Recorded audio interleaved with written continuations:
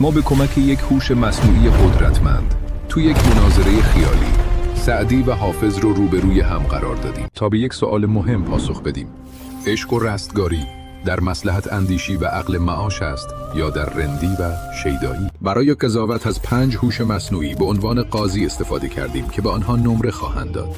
صبر کنید و تا انتها با ما همراه باشید. بحث اول: تقابل عقل مصلحت اندیش و جنون عشق. سلام بر تو ای لسان الغیب. همیشه برام سوال بود که چرا اینقدر خودت رو غرق در مستی میکنی؟ مگه عقل معاش و تدبیر برای زندگی تو این دنیای پرآشوب لازم نیست؟ سلام بر تو ای شیخ اجل. عقل معاش خوبه، اما مثل یه چراغ کوچیک تو طوفانه. وقتی طوفان عشق و حیرت میرسه، اون چراغ به یک پلک زدن خاموش میشه. اما همین چراغه جلوی افتادن تو چاه رو میگیره. من تو گلستان گفتم که مشک آن است که خود ببوید، نه آن که عطار بگوید.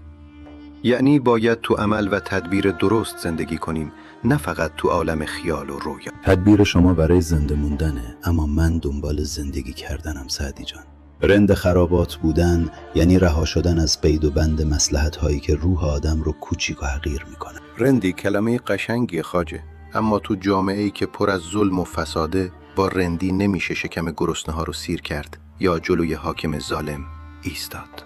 دنیا به مدبر نیاز داره. مگه با موعظه و نصیحت شما جلوی چنگیز و تیمور گرفته شد؟ جهان همینه. من ترجیح میدم به جای نصیحت پادشاهان جام می دستم بگیرم و به ریش این دنیای فانی بخندم. خندیدن به دنیا دردی رو دوا نمیکنه حافظ. مثل اینه که روی زخم عمیق خاک بریزی تا نبینیش.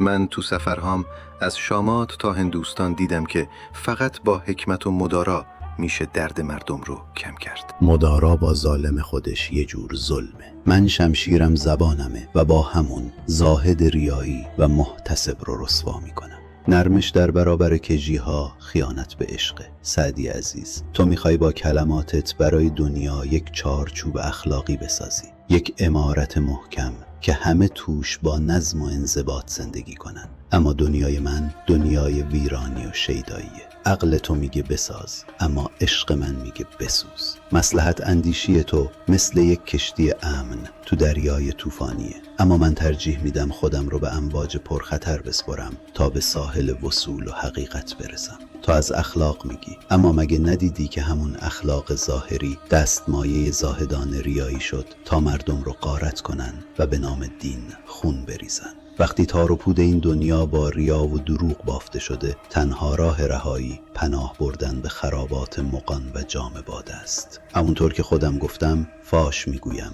و از گفته خود دلشادم، بنده عشقم و از هر دو جهان آزادم. این آزادی تو مصلحت‌های محدود تو پیدا نمیشه شیخ. این رهایی مطلق فقط تو بی خودی به دست میاد. خواجه، تو شیراز نشستی و رندی کردی، اما من لباس اسارت صلیبی ها رو تو شام چشیدم و تو خندق‌های طرابلس با پای پیاده وسط خون و خاک مغول راه رفتن. مدارای من از ترس نیست، من از داغیه که روی دلم نشسته حرف میزنم تا سر بیگناه دیگه‌ای بریده نشه. اما فکر نکن صراحت نداشتم. من تو چشم همون پادشاهان نگاه کردم و بهشون گفتم که حکومت با کفر باقی میمونه، اما با ظلم نه. کی مثل من جرأت داشته اینطور تخت قدرت رو به لرزه در بیاره که گفتم به نوبتند ملوک اندر این 5 سرای، کنون که نوبت توست ای ملک به عدل گرای. نمرات هوش‌های مصنوعی برای بحث اول به شرح زیر است. بحث دوم: جایگاه انسان در جهان، مسافر خردمند یا رند خراباتی؟ صحبت از آزادی کردی، اما آزادی بی قید و بند به هرج و مرج ختم میشه. انسان تو این دنیا مثل یه مسافره که باید با کاروان عقل همراه بشه تا به مقصد برسه. مقصد تو کجاست سعدی؟ بهشت موعود؟ من بهشت رو همینجا و تو لحظه پیدا کردم. مسافر تو دائم نگران فرداه، اما رند من از حال لذت میبره. لذت بردن از حال نباید باعث بشه وظیفمون در قبال بقیه رو فراموش کنیم. بنی آدم اعضای یک پیکرند که در آفرینش ز یک گوهرند. اگه دستی درد بگیره نمیشه فقط با جام می خودمون رو بی‌حس کنیم. من بی‌حس نمی کنم. من درد رو میفهمم و از عمق جان فریاد میزنم. ولی درمان این درد تو نصیحت کردن حاکمان نیست، تو بیداری دل آدم هاست. بیداری دل با شعار به دست نمیاد حافظ. نیاز به تعلیم داره، نیاز به تربیت داره. بوستان من یه مدرسه است برای همین تربیت که انسان رو قدم به قدم میسازه. مدرسه تو عالیه، اما کلاس درس من خراباته. جایی که هیچ کس ادعای فضل و کمال نداره. اونجا همه خاکی‌ان و نقاب به چهره نداره. تو میگی خرابات، ولی اونجا پر از آدم‌هایی که از بار مسئولیت فرار کردن. اونا دنیا رو رها کردن چون توان ساختنش رو نداشتن. فرار از چنگال ظلم حاکمان شجاعت سعدی، نه ضعف. اونا رفتن تا با قوانین دروغین و مصلحت‌های کثیف زمامداران بازی نکنن. حافظ جان، تو از خرابات و رندی میگی، اما فراموش نکن که انسان معجون عجیبی از روح و جسمه. ما نمیتونیم روی زمین راه بریم و فقط به آسمون نگاه کنیم، چون حتما تو چاله میافتیم. من سالها تو دمشق و حلب و طرابلس قدم زدم. با هر قشری نشست و برخاست کردم. دیدم که درد مردم اول درد نان و امنیت و در آخر درد عرفان. حکمت من حکمت عملیه. من میخوام به پادشاه یاد بدم که ظلم نکنه، به ثروتمند یاد بدم که بخشش داشته باشه و به فقیر یاد بدم که صبوری کنه. اینها مصلحت پست نیست. اینها ستونهای یک جامعه سالمه که میتونه انسانهای آزاده پرورش بده. تو میخوای ساختار رو ویران کنی تا به حقیقت برسی، اما من میگم بیا اول سقفی بسازیم که زیرش از بارون در امان باشیم. بعد زیر اون سقف بشینیم و از عشق و معرفت حرف بزنیم. همونطور که گفتم، طریقت به جز خدمت خلق نیست، به تسبیح و سجاده و دلق نیست. نمرات هوش‌های مصنوعی برای بحث دوم به شرح زیر است. بحث سوم، روبرو شدن با ظلم و تلخی‌های زمانه. میگی خدمت خلق، اما وقتی حاکم شهر خودش دزد قافله است، خدمت تو چه فایده‌ای داره؟ تو زمانه امیر مبارزالدین که خمها رو میشکستن و زهد میفروختن، مصلحت تو چی بود؟ مصلحت من تو اون شرایط حفظ امید بود. من تو حمله وحشیانه مغول‌ها زنده بودم حافظ. وحشتی دیدم که تو حتی خوابش رو هم ندیدی. با این حال از پا ننشستم و بذر امید پاشیدم. من هم امید دادم شیخ، اما نه با پند و اندرز، بلکه با شکستن ابهت ظالم. وقتی امیر مبارزالدین دیکتاتور کل شهر رو غرق در وحشت کرده بود و به اسم دین پوست مردم رو میکند، من سکوت نکردم. وقتی بالاخره اون دوران سیاه و خفقان محتسب تموم شد و حکومت ورق خورد، من با غزل‌های حماسیم فریاد زدم که شب ظالمان گذشت و در میخانه ها باز شد. من با شعر سیاسیم شجاعت و شادی رو به دل اون مردم ترسیده و ناامید برگردوندم تا یادشون نره که هیچ ظالمی تا ابد موندگار نیست. بله، زبانت تند و برنده است، اما گاهی با شمشیر زبان نمیشه سنگ سخت رو برید. گاهی باید مثل آب بود، نرم و پیوسته، تا سنگ رو به مرور زمان سوراخ کرد. نرمش در برابر ظالم، اعتبار بخشیدن به ظلمش شیخ. من صراحت رو انتخاب کردم چون سکوت رو همدستی با شر میدونم. من هم صراحت داشتم و ترسو نبودم. بارها تو قصایدم مستقیما به پادشاهان تاختم که اگه عدالت نکنن حکومتشون ویران میشه. اما این حرف رو با زبانی زدم که بپذیرن، نه اینکه طرد کنن. اما اگر همه مثل تو بخوان با حاکمان مدارا کنن، خون به پا میشه و بیگناهان زیر چرخ دنده های قدرت له میشه. خون بیگناهان وقتی ریخته میشه که عقلانیت از جامعه بره. مدارای من برای حفظ جون همون بیگناهانه، نه حفظ میز حاکمان. تفاوت ما تو همین کلمه پذیرش شیخ. تو میخوای حرفت رو طوری بزنی که پادشاه خوشش بیاد و شاید، فقط شاید، به راه راست هدایت بشه. اما من نیازی به تایید هیچ سلطانی ندارم. من با تمام وجودم از درویی این حاکمان ظاهرساز بیزارم. اونها تو محراب مسجد گریه میکنن و تو خلوت خون مردم رو تو شیشه. من نمیتونم با این هیولاها مدارا کنم. رسالت من به عنوان یک رند کشف این نقاب هاست. من آینه‌ای دستم گرفتم تا زشتی باطن زاهد ریایی رو بهش نشون بدم تا همه ببینن زیر اون خرقه پشمینه چه عفونتی پنهانه. وقتی جامعه غرق در تعصب و خرافات، نرمش و لطافت فقط باعث جسورتر شدن متشرعین دروغین میشه. من فریاد میزنم میخور که 100 گناه ز اغیار در حجاب بهتر ز طاعتی که به روی و ریا کنند. این شلیک مستقیم به قلب اون ساختار فاسده که تو ساده‌لوحانه سعی داری با نصیحت درستش کنی. نمرات هوش‌های مصنوعی برای بحث سوم به شرح زیر است. بحث چهارم، زاهدان ریایی و نقد اخلاق ظاهرگرایانه. در مورد ریا و دروغ با تو کاملا موافقم. من هم از عابدان پشمین پوش که باطن آلوده و تاریک دارن بیزارم و بارها تو گلستان نقدشون کردم. نقد کردی، اما سعی کردی براشون یه جایگزین اخلاقی بسازی. من میگم ریشه خرابه. اخلاقی که از ترس جهنم یا طمع بهشت باشه پشیزی ارزش نداره. ترس از خدا ابتدای حکمته. همه که ظرفیت عاشق شدن و رهایی رو ندارن خواجه. برای عوام مردم شریعت و ترس از عذاب لازمه تا جامعه از هم نپاشه. همین نگاه مصلحت اندیشانه تو باعث شد که محتسب‌ها سوار گرده مردم بشن، چون فکر میکنن مردم نادونن و باید با شلاق و زور به بهشت هدایت بشن. من هرگز شلاق و زور رو تایید نکردم. من از وجدان درونی حرف میزنم.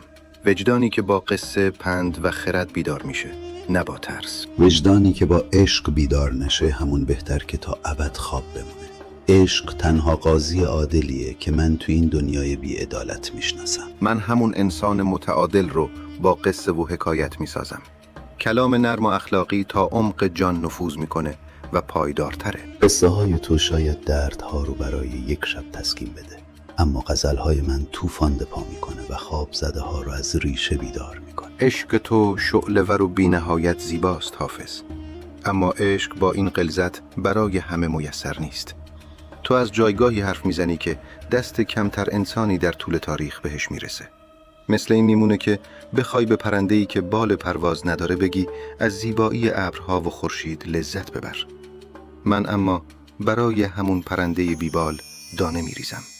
من نسخه درمانی میپیچم که هر آدم عادی تو بازار، کوچه و خانش بتونه باهاش زندگی بهتری داشته باشه. من از انصاف تو خرید و فروش، از خوشرویی با همسایه و از یتیم نوازی حرف میزنم. اینها ظواهر بی ارزش نیست. اینها تبلور عینی اخلاقه. تو زاهد دروغین رو نفی میکنی، من هم نفی میکنم. اما من به جاش یک انسان متعادل رو پیشنهاد میدم. انسانی که هم خدا رو در قلبش میشناسه و هم حرمت خلق رو تو عمل نگه میداره. عشق تو اگرچه مقدسه، اما جامعه با قانون، عقلانیت و انصاف سر پا میمونه، نه فقط با شیدایی. نمرات هوش‌های مصنوعی برای بحث چهارم به شرح زیر است. بحث پنجم، میراث کلمه، رستگاری در چیست؟ متعادل بودن برای من مساوی با متوسط بودنه. من نمیخوام یک انسان متوسط خوب باشم سعدی. من میخوام تو بی نهایت خلقت ذوب بشم و بسوزم. و این ذوب شدن رستگاری توه؟ این که از بیلوکال دنیا و مسئولیتات فرار کنی و تو خلوت خودت پادشاهی کنی؟ فرار نیست، این بالاترین نوع پروازه. رستگاری برای من رهایی از این تن خاکی و پیوستن به مبدأ عشق، جایی که دیگه نه شاهی هست و نه گدایی. اما برای من رستگاری در بجا گذاشتن یک نام نیکه. سعدیا، مرد نکونام نمیرد هرگز، مرده آن است که نامش به نکویی نبرند. کسی که اثری از نیکی در دنیا بذاره واقعاً به ابدیت پیوسته. نام نیک. وقتی خود دنیا و کهکشانها روزی نابود میشن، نام سعدی و حافظ چه اهمیتی داره؟ فقط اون لحظه اتصال بیواسطه به حق مهمه. تا زمانی که انسان روی زمینه، کلام ما میتونه راهنمای اونا باشه و دردهاشون رو تسکین بده. این بالاترین خدمت و رستگاریه که یه شاعر میتونه داشته باشه. شیخ بزرگوار، تمام این کلمات، تمام این غزلها و حکایتها که من و تو نوشتیم فقط بهانه است. ما هر دو سعی کردیم نقشی ماندگار رو این گنبد مینا بزنیم. تو با قلم خرد، پند و مصلحت و من با جام می و رندی. اما باور کن، رستگاری واقعی نه تو نام نیکه و نه تو کتاب‌های قطور ما. رستگاری تو اون لحظه خالصیه که یک انسان با تمام وجودش حضور یکتای عالم رو حس میکنه و از خود مغرورش رها میشه. من اگر از می حرف میزنم منظورم اون شراب معرفته که ترس‌ها، مصلحت‌ها و ریاکاری‌ها رو میشوره و میبره. تا وقتی من و تو درگیر خود هستیم، تا وقتی نگران قضاوت تاریخیم، رستگار نشدیم. میان عاشق و معشوق هیچ حائل نیست. تو خود حجاب خودی حافظ، از میان برخیز. این اوج حرف منه. تا وقتی از خودمون، از علممون و از جایگاهمون عبور نکنیم، به اون یگانگی و آرامش مطلق نخواهیم رسید. کلامت مثل همیشه مست کننده، نافذ و از دل برآمده است حافظ جان. تو به دنبال اتصال بیواسطه با معشوقی و از تعلقات میبری تا سبکبال بشی. اما من معتقدم خداوند تو همین تعلقات زیبا، تو لبخند یک کودک یتیم، تو سیر کردن شکم یک گرسنه و تو آبادی یک سرزمین تجلی میکنه. رستگاری من جدا شدن از دنیا و پناه بردن به خلوت نیست، بلکه زیبا کردن همین دنیای پر از نقصه. ما فرستاده شدیم تا گل این جهان رو با دستهای خودمون شکل بدیم، آبادش کنیم و به دیگران راه رفتن تو این تاریکی رو یاد بدیم. عشق تو عشق آسمانیه که روح رو به پرواز در میاره، اما عشق من عشق زمینی و انسانیه که پایه های این جهان رو محکم میکنه و جلوی فروپاشیش رو میگیره. من تو چهره هر انسانی آینه ای از صنعت پروردگار میبینم و بهش خدمت میکنم. به جهان خرم از آنم که جهان خرم از اوست. عاشقم بر همه عالم که همه عالم از اوست. مسیر ما شاید متفاوت به نظر برسه، اما در نهایت هر دو به یک قبله سجده میکنیم. نمرات هوش‌های مصنوعی برای بحث پنجم به شرح زیر است. و حالا نوبت به قضاوت میرسد. به نظر شما کدام یک برنده واقعی این مناظره تاریخی بودند؟ حتما نظرتان را برای ما در کامنت ها بنویسید. برای حمایت از گفتگو با تاریخ، لایک و سابسکرایب فراموش نشه.